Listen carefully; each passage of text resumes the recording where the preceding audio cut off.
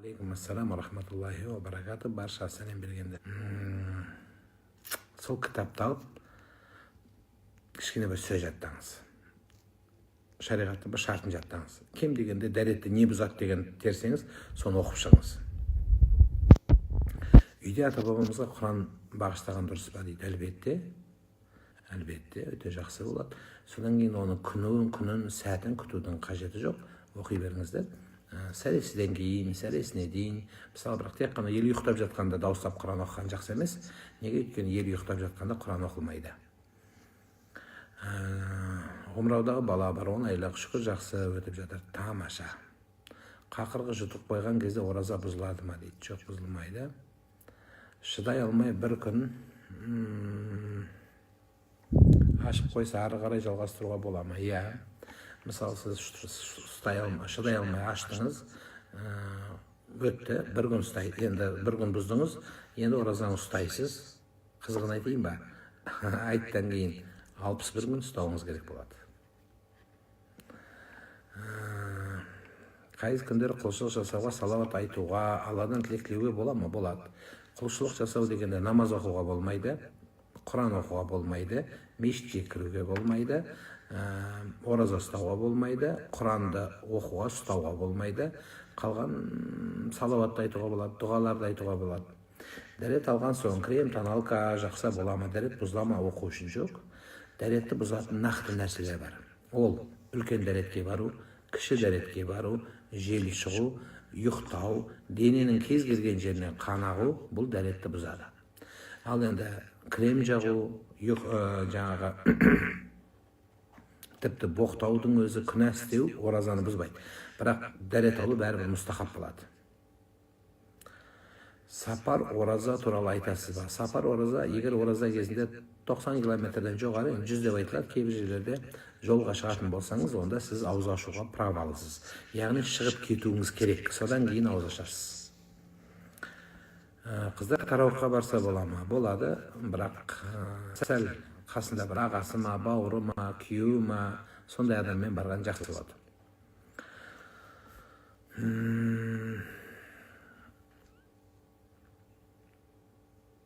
Аға, Америкада тұрамын, қазір аузымды ашып сізді қарап отырмын. Рахмет барлық ақпаратыңызға, Алла разы болсын, ниетің қабыл болсын. Алла сол елде жүрген ісіңізді берекелді қылсын, амандық берсін, саулық берсін. Адам қайтқанда иманды болсын деп айтуға болмайды деді. Өз айтыңызшы, жоқ, ондай нәрсе жоқ. Адам қайтыс болғанда иманды болсын деп айтады. Иманы жолдас болсын деп айтады. Тіріге иманды бол, айналайын деп айтады. Ода тұрған ештеңе жоқ. Иман тіріге де керек, дүниеден өткендерге де керек. Қазір өз ойыменен ойлап, бір пікірін айта беретіндер көбейіп кетті. Енді ерікті ауызға бөрік сиятын заман болды ғой. Сондықтан иманды болсын деген дұрыс нәрсе тіріге де, дүниеден өткенге де айтылады. Өйткені ең қымбат дүниені сыйлап отыр, ал ең қымбат дүние тіріге де, дүниеден кеткенге де ол иман болады. Сапарда қиналмаса, ауыз берік бола берсе бола ма? 2 есе сауап көп болады. Қайта ұстаған жақсы болады. Ассаламу алейкум. Укол салдырсам жамбастан ораза бұзыла ма? Жоқ, бұзылмайды. Клизма алсаңыз ораза бұзылады жамбасыңызға. Ал енді ораза уколдан бұзылмайды. Ауыз бекітіп болған соң анализ қан арқылы тапсырса ораза бұзылады ма дейді. Жоқ. Даже ораза ауыз бекітілген кезде қан тапсыру оразаны бұзбайды. Ұстаз, бүгін Алматыда қармен бірге найзағай болды дейді. Алла ақырын жақсы қылсын. Намазбен тахаджуд намазын ауыз ашқанға дейін оқу керек қой, иә дейді. Иә. Сәлемес пе, сәресіде дәл ішсе бола ма? Сәресі уақытысында ма? Иә, уақыт ауыз бекіткен ішсеңіз болады. Намазға келе алмай жүрмін. Намазға келудің ең жақын жолы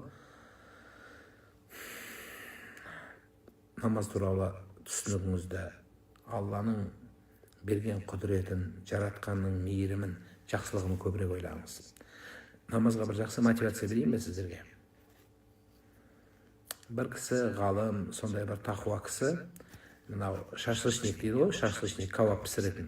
Соның қасынан өтіп бара жатса, шашлычник ет қуырып жатыр екен, стейк. Соған қарап тұрыпты да жылапты. Содан ана шашлычник түсінбей, қарныңыз ашып тұр ма, ет берейін бе депті. Сөйтсе жоқ депті. Етке қарап о дүниені ойлап жатырмын деген екен. Нені ойладым десе, бұл хайуан өліп отқа түсті. Адам баласы өлмей, яғни тірі күйінде, арғы дүниеде тірі сезген күйінде отқа түсетін болады деген екен. Сол күйде қандай болар екен деп соны ойладым деді. Қияметті ойласаңыз, ең соңғы күнім деп ойласаңыз, намазға тұру оңай болады. Мәни шықса ораза бұзыла ма? Мәнидің атылып шығуы және қай себеппен шығылуына қарайды.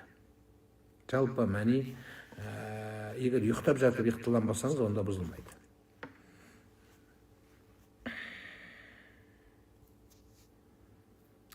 Үші, жетісі, 40, жылы, 100-ді, 1 жылдық садақа берген дұрыс па? Енді бұл сөзді ең жақсы біздің батыста өздеріңіз айтып отырсыз. Батыстың адамы бұны садақа дейді. Сөздің өзі қайтыс болған адамға садақа беру деген сөз. Яғни қайыр жасау. Дүниеден өткен адамға санға байламай, уақытқа байламай, мезгілге байламай, датаға байламай, бір дәм беру, садақа беру, елді жинау, ас беру, ол жақсы нәрсе, ол дұрыс нәрсе.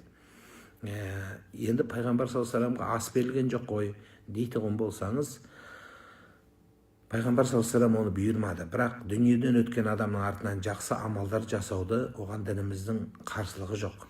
Сондықтан күнге байламастан кез келген уақытта ата-анаңызға, туысыңызға ол дәм бергенде таласатын нәрсе емес. Енді бұның қандай пайдасы бар? Бұның бірінші Құран оқылады, дұға оқылады, ол барлық жерде стандартты дүние. Бұл ортамыз, ағайынның ортасы ыдырап, ортасы сызаттанып кеткен кезде бауырлардың басын қосатын ең ұлағатты дүниенің біреуі. Ауыз бекіту үшін дәрет керек па? Жоқ.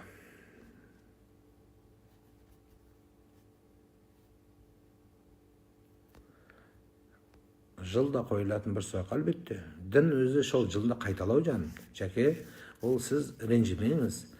Біздің халқымыздың деңгейі көтеріліп, бір нәрсені үйреніп, мейлі ол қайталанған нәрсе. Сонда не істеу керек халық? Жаңадан ойланып тұрып, жаңа бір нәрсені кіргізу керек па? Онда пайғамбарымыз саллаллаху алейхи вассаламның заманынан бергі заманға дейін ойланып тұрып, бір новый дін кіргізіп шығармаймыз ба? Жоқ. Дін пайғамбардан бері қайталау. Ата-бабамыз қайталаған, біз қайталаймыз. Біздің ұрпақ қайталап айта береді жаным. Оған қайта қуаныңыздар. Кейбіреу ренжіп, мысалы, сіз екеумізге ол 1000-ші сұрақ шығар естіген, бірақ қойған адамға бірінші сұрақ қой ол. Ол бірінші сұрақ. Сол бірінші сұрақты мен итерсем, сіздер оны түкірсеңіздер, сонда не болады? Мысалы, кешкі ауыз ашар кезде 6-да дұға жасаймын. Дұғам 5-10 минут созылып, аузымды ашсам дұрыс емес пе? Тезірек уақытымен ашқан дұрыс па дейді. Сіз 6-да ауыз ашатын болса, сіз 10 минут бұрын бастаңыз, сура ауыз ашарға бітіресіз. Егер сіз ауыз ашып жатқанда, елдің бәрі ашып жатқанда қолың жайып отыра берсең, тамақтың бәрін жеп қояды, елдің бәрі аштан қалып қаласың. Сол үшін сіз 10 минут бұрын бастаңыз. Примерно расчет менің левый правый сұрағанымен бір 10 минут болады десеңіз, 10 минут бұрын бастаңыз, как раз бітіресіз.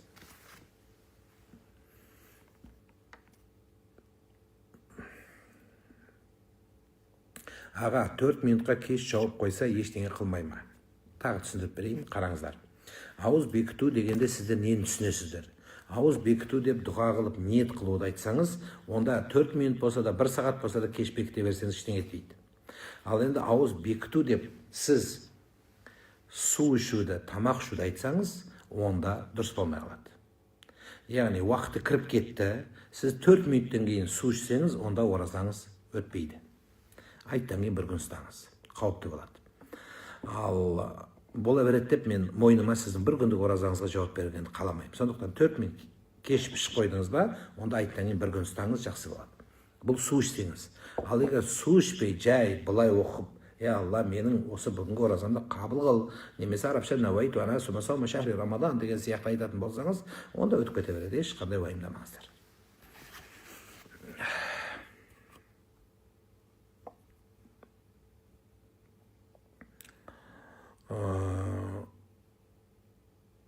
Аға, інім қайтқан, бас жағында, аяқ жағында жылан жатыр. Ол ініме тиіспей ме? Тиіспейді. Ауызды кішкене 15 минут кешігіп ашуға бола ма? Жағдайыңыз болса, кеш аша беріңіз, ешқандай мәселе жоқ. Мысалы, жолда келесіз, автобуста келе жатсыз, үлгермей жатсыз. Не болды тағы? пробкаға тұрып қалдыңыз, пробкада ауыз ашпаңыз, барған кезде ашасыз бұйырса.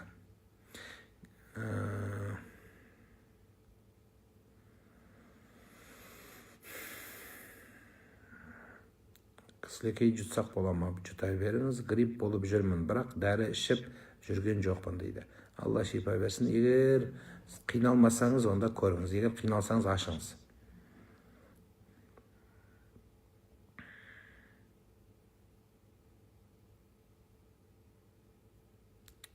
С ногтями, гель, лаком держать можно? Держите. Күйеуім арақ өшеді емес, ішеді шығар. Ішкеннен кейін ол точно өшеді. Оразаға қарамайды даже. Татарша дем салып оқып жіберем, күнә ма дейді. Жоқ, оқи беріңіз.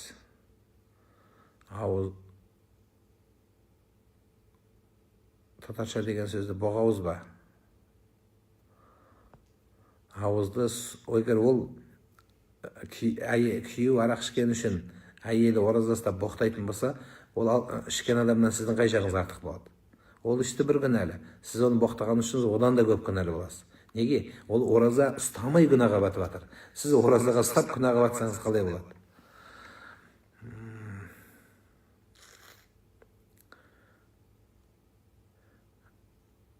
Жеті күн ұстап, қалған күндер денсаулыққа байланысты ұстамаса қарыз бола ма? Иә, 7 күннен қалған күндеріңіз, яғни 23 күн, 22 күн мойныңызда қарыз болып тұрады. Ораза ішкен адам, ораза кезде ішкен адамға не болады? Айтпай қойайын, не болатыны Құдай оның басына салмай қойсын ондай нәрсені. Сәресіде бірінші дұға жасаған дұрыс па, әлде бірінші су тамақ ішкен дұрыс па? Тамақты ішіп алып дұға жасаған жақсы болады. Өйткені көңілің тоқ болады. Соң дұға жасап отырып тамаққа қарап, мынаны жейін ба, так, мынадан бастайын ба, не сұрап жатыр ем өзі деп есіңіз ауып қалады. Сондықтан лучше тойып алыңыз, асықпай дұға жасай беріңіз, таң атқанша, күн түнімен. Намаз оқитындар мықты екен. Жылдап оқитындар керемет. Мен бір ай ораза ұстап таңға тұру оңай емес. Ойланып отырмын. Міне солай. Сол үшін ғой жаңа молданың айтқанын істей алмайсың деген сөз болады. Ингаляция жасауға бола ма? Ингаляцияда ыстық, сусыз, пар болса, ауа болса ораза бұзбайды. Иіспен болса, ал енді капля, су, тамшы болып ол тамағыңыздан өтсе ораза бұзылады. Күйеуімнің фамилиясына ауысуға бола ма? Өз фамилияңызды жібере беріңіз, керек емес. Егер осы кезге дейін ауыспаған болсаңыз, бүйректен сирақ шығармай өз фамилияңызбен жүре беріңіз. Ал енді өтіп қойған болсаңыз, сол өткен новый фамилияңыз құтты болсын. Ал енді күйеуің фамилия өтіп қойып, қайтадан өз фамилияңа қайтып, қайтадан күйеуің фамилия өтіп жүргенде, соның алдында өмір өтіп кетеді. Сондықтан олай жасамаңыз. Ауыз бекітіп тіс жуса бола ма? Болады. Байқамай балаларға ұрсып айғайлап қойсаң ораза бұзылады ма? Жоқ, бұзылмайды. Біраз сұрақ жиналып қалған екен, өткізіп жібердім, тағы да кешірім сұраймын. Грипп болып қақырық келеді, мақрата ораза ұстауға бола ма? Болады. Ауыз ашып карта ойнап ақша емес, просто қызыққа бола ма? Болмайды, бәрібір. Карта ойнау нәжеске қолын салғанмен тең деген. Ораза қатты ауырып тоқтатылса күнә бола ма? Жоқ, күнә болмайды. Кейін жазылғаннан кейін қайта ұстайсыз.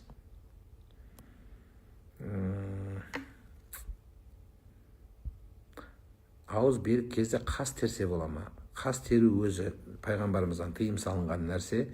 Егер сіз қас теретін болсаңыз, оразаңыз қабыл болады. Күнә істегеніңіз үшін сауабы азаяды, бірақ ораза бәрібір қабыл болады. Сосын дем салатын адамға барыппын. Маған біреу қастандық шығар. Қастандық жасаған, дұға жасаған депті. Ең жақсы қастандықтарға, барлық сіздерді теріс оқытқанға, дуалағанға, колдовать еткенге, бойыңызға кіріп кеткен, сіз білген, білмеген нәрседен тазарудың ең жақсы жолы 5 уақыт намаз болады. Үлкен зират бар еді, ескі. Сол жерде атамның зираты бар еді. Уақыт өте келе зираты мен тасы жермен тең болып кетті. Орнын таба алмай жүрміз. Сол тасты сол зиратын кез келген жеріне қойса болады. Салават Ан-Нария, расскажите про нее. Особо такого, знаете, вот Приказного нет, чтобы мы читали салавату Нария. Но она очень хорошо прошла, зарекомендовала себя в практике. Многие ученые читали. Но они не утруждали нас это читать. Если вы это читаете, в этом есть благо. Если не читаете, в этом греха нет. Сиқыр туралы не дейсіз? Қалай тазаланамыз? Оразада қорықпай жасап жүр, суретпен жасап жатыр. Менің аккаунтымның асты жағына түссеңіз, осы жағында айтылған 2 сағаттық видео бар, соны толық көріп шықсаңыз түсінесіз. Ауыз ашуға 20 минут қалғанда тахаджуд оқуға бола ма дейді. Жоқ, ауыз ашу кешке оқылмайды ғой, таңға деңіз. Етеккір келіп жүргенде салауат айтса бола ма? Болады. Кешіресіз, үйдің ішінде құбыла қай жақта екенін қалай білуге болады? Сәжде кезет, немесе компас мұсылманина деп терсеңіз, компастар шығады, соны телефоныңызға жүктеп алыңыз, немесе сәжде кезет деген приложениеда барлығын көрсетіп тұрады. Қабылан электронды мен көріп тұрған телефоныңыз өзі-ақ көрсетіп береді. Ауыз ашқаннан кейін некесі жақындасса дейді, арам болады.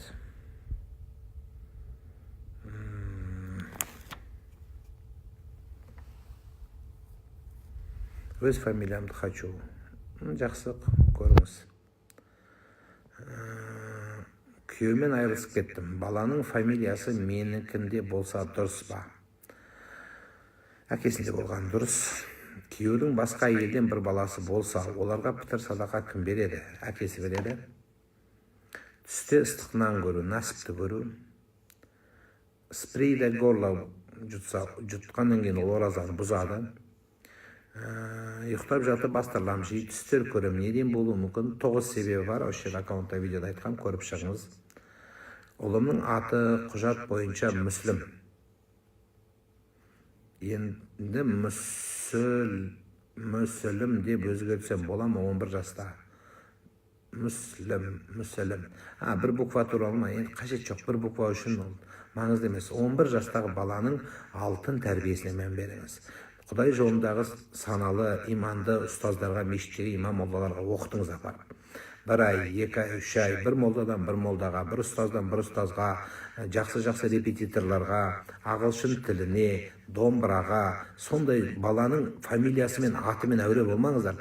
Папасының атында кетті, әкесінің атында кетті, сәсеттің атында кетті. Ол маңызды емес. Алланың алдында, оның алдында баланың тәрбиесі маңызды болады.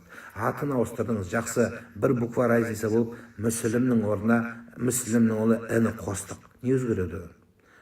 Ақша кетеді, свидетельство о рождении өзгереді, болды, басқа ештеңе өзгермейді. Намаз оқығанда Құран сияқты оқу керек пе, әлі қалай әріптерін қате айтса дейді. Негізі Құран сияқты дегеніңіз қырағаттап бүйтіп оқу негізі жақсы емес деп айтылады. Мысалы, Құранда әлхамду деп әдемлеп тұрып салып оқса, өзінің бір мақамы дейміз ғой, елдің ішінде мақам деп айтылады. Сол мақамға салып оқу намазы жақсы емес. Неге? Өйткені намаз құлшылық, бұл конкурс емес. Намаз қоңыр дауыспен елдің жағыну үшін емес. Тіпті имамның дауысы сондай әдемі болып, имамға ұйығандардың көзіне жас келетұғын болса, дауыстың үшін, бәрінің намаз бұзылады солай. Неге? Өйткені Құранның мағынасына, Құдайдан қорқу, азаптан қорқу, жәннетке үміт ету мақсатында оқылса, онда дұрыс болады. Ветрянкамын, ораза едім, тоқтаттым, намаз оқи алмай жүрмін, жуынуға болмайды, қалай құлшылық жасаймын, қасиет айды жіберіп алғым келмейді. Таямым сағасыз, құрғақтар суға тигізуге болмайды десе, онда таямым сағасыз, табиғаты жер жынысынан болған дүниеге, табиғи жыныстар, тас нәрсеге, тас, құм, топырақ, сондай нәрсеге қолыңызды тигізіп, егер ол шаң болса қолыңызды қағып, содан кейін бетіңізді сүртесіз, одан кейін және қайта ұрып, 2 қолыңызды сүртіп алып, намаз оқи бересіз. Балалар қай жастан ұстаған дұрыс? Қанша ерте Құдайын танысаңыз, сонша жақсы келешекте балаңызды Құдайға айтпайтын боласыз. Ауызды суды ішіп, содан дұға жасарымыз ба дейді. Солай қылсаңыз жақсы болады. Намазды программа арқылы оқығанда саналады ма? Саналады, содан үйренсеңіз. Аға, жолдасым Меккеде жүріп, қазір көп сөзі ажырасуға әкеледі. Не істесем болады? араласатын имам ұстаздарына шығыңыз, айтсын, түсіндірсін. Тыңдайтын ұстаздар бар шығар, біреу ақыл айтып жүрген шығар, бір ұстаздар бар. Солармен көрсін, сөйлесіп, айтыңыз. Намазды қазақша оқып жүрмін, бола ма? Дұғаны қазақша барлығын айта беріңіз, намазды өзі пайғамбар саллаллаху алейхи вассалам көрсеткен халде оқыңыз. Азан мен қаматты түсіндіріп бересіз. Азан намаздың кіргеніне ұзынын деген, яғни құлақтандыру, қамат намазды бастау тұрғызу. Яғни парыз намаз келгенде айтуды қамат дейді. Айырмашылығы ішіндегі бір-екі сөзде. Азан қаттырақ созылып айтылады, ал қамат қоңыр дауыспен айтылады, тек қана ер адам айтады екеуінде. Етекір келген кезде қарыз ораза болып санала ма? Иә. Егер етекір келген күні аузыңыз ашылады, ұстай алмайсыз, ұстайын десеңіз де күнәлі боласыз, ұстасаңыз да есептелінбейді. Бірақ енді ауыз ашылып кетті ғой деп тамақ соға бер деген сөз емес. Шамаңыз келгенше жасырынып сөйтесіз. Ал енді ораза біткеннен кейін қанша күн үзілді, сонша күн тазалып болғаннан кейін оразаны жалғастырасыз, айттан кейін қалған күнді ұстайсыз. Сіз болып сәресте бір түрлі болдық қой. Ой, мен екі түрлі болдым. Сіздер бір түрлі болдыңыздар, мен де солай болдым. Жұбайым намазға тұрғанда жылайды. Жүрегім елжіреп кетеді дейді. Сонда намазы бұзылып кете ме? Жоқ. Ол Құдайды қорқып жылаған болса, ақыретті ойлап жылаған болса, жаратқанға деген махаббатпен жыласа бұзылмайды. Бұзылады, жыласа, дүниені ойлап, ақшаны ойлап, доллардың курсын ойлап, президентті ойлап, Назарбаев атамды сағынып, Тоқалын, одноклассницаларды ойлап, жоғалған ақшасын ойлап, соны ойлап жыласа, намаз бұзылады. Ақыретті ойлап, дүниені ойлап, қияметті ойлап, қабырды ойлап, сөйтіп жыласа бұзылмайды.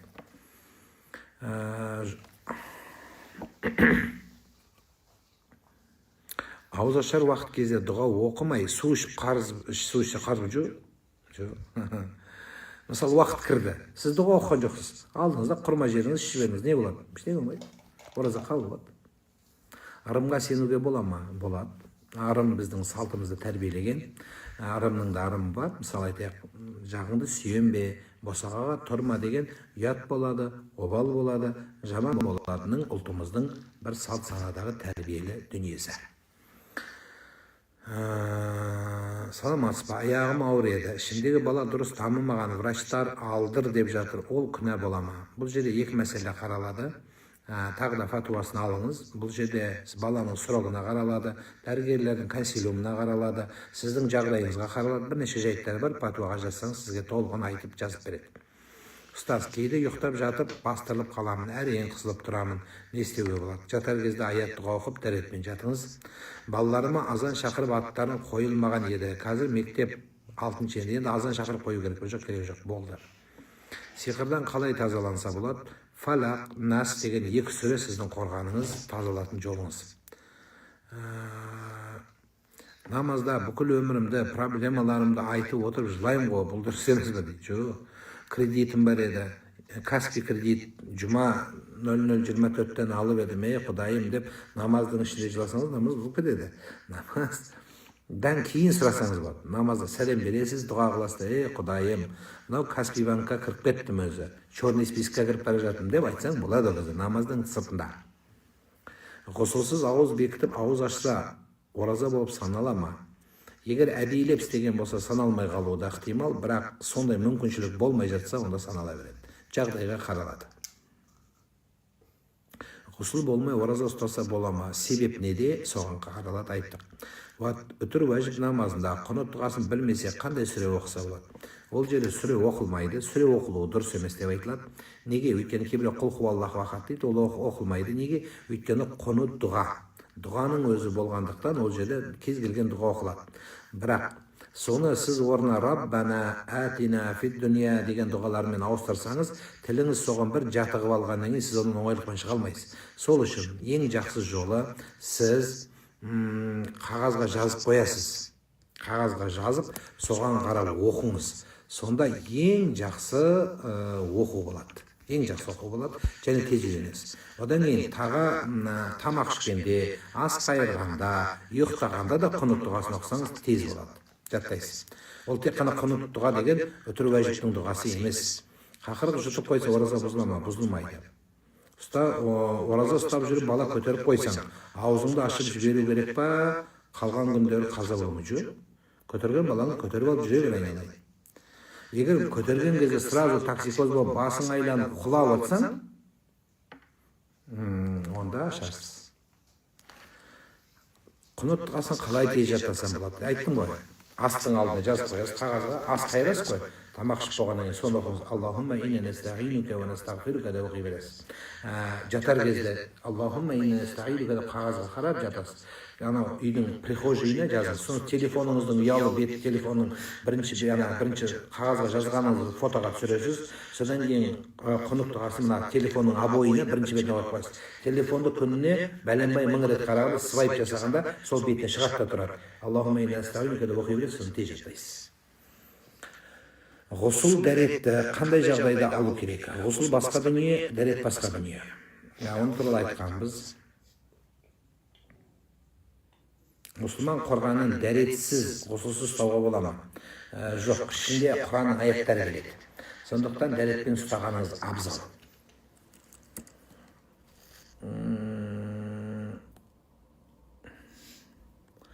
Бір имам айтады, ауыз мұрнынан өткен нәрсені жұтса ораза бұзылады дейді. Дұрыс айтады. Жұтқан нәрсе, яғни ішке ауызға септі, мұрынға септіңіз спрейді, ол мұрынға қалған жоқ, ары қарай өтті де жұттыңыз, ораза бұзылады. Шаш қырқса бола ма оразада? Болады. Ва алейкум ассалам ва рахматуллахи ва баракату. Құнут дұғасы ұзақ қой, қалай жаттаймын деген басында, кейін оңай жаттап алу. Тамаша. Неге жауап бермейсіз? Жауап беріп жатырмын ғой.